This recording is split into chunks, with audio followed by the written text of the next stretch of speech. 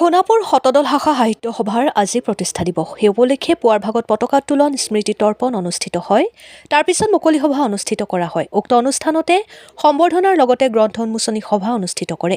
উক্ত অনুষ্ঠানত ডিমৰীয়াৰ কেইবাগৰাকীও শিক্ষাগুৰুৰ লগতে বিশিষ্ট ব্যক্তিসকল উপস্থিত থাকে।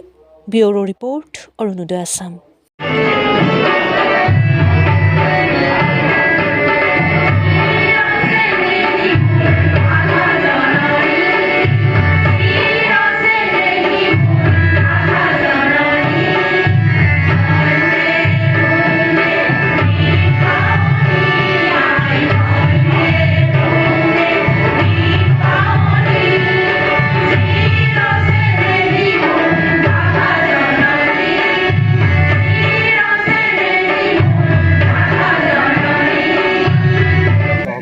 প্ৰতিষ্ঠা দিৱস এই উপলক্ষে কি ক'ব?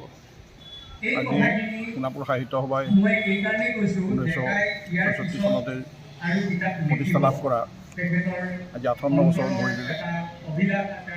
আমাৰ ইয়াত আমি এতিয়া এই অনুষ্ঠান আৰম্ভ কৰে।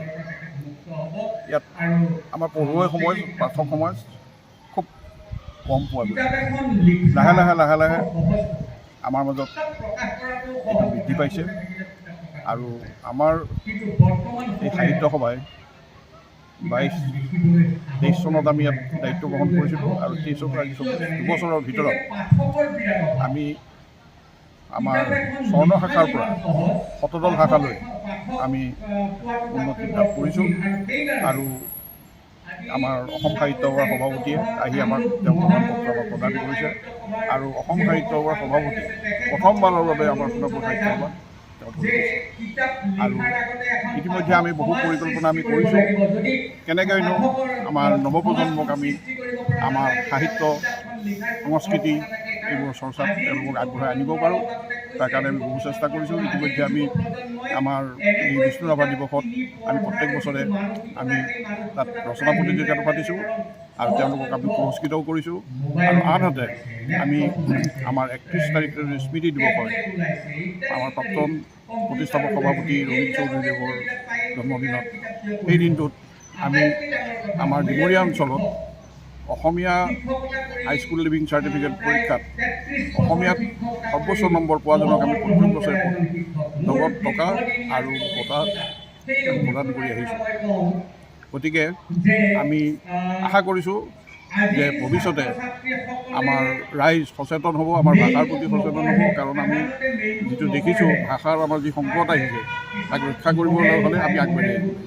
ইতিমধ্যে আমি এই আমাৰ যি সোণাপুৰত যিবোৰ প্ৰতিষ্ঠান আছে, ব্যৱসায়িক প্ৰতিষ্ঠান, তাৰ যিবোৰ চাইনবোৰ্ড সেইবোৰ তেওঁলোকে বহু ঠাইত আমি দেখিছোঁ ইংৰাজীতে লিখা আছে, কিন্তু আমাৰ চৰকাৰৰ যিটো আমাৰ নিয়ম সেইমতে আমাৰ প্ৰথম অসমীয়াত হ'ব লাগিব। আৰু এই বিষয়ে আমি আমাৰ চাৰ্কল অফিচাৰকো আমি এখন পত্ৰ দিছোঁ আৰু তেওঁলোককো আমি ব্যৱসায়িক প্ৰতিষ্ঠানবোৰক আমি অনুৰোধ কৰিছোঁ তেখেতসকলে যেন অসমীয়াতে আমাৰ চাইনবোৰ্ড কৰে। আৰু ভাষাক জীয়াই ৰাখিব লাগিলে জাতি জীয়াই থাকিব, সকলো জীয়াই থাকিব। ভাষা নাথাকিলে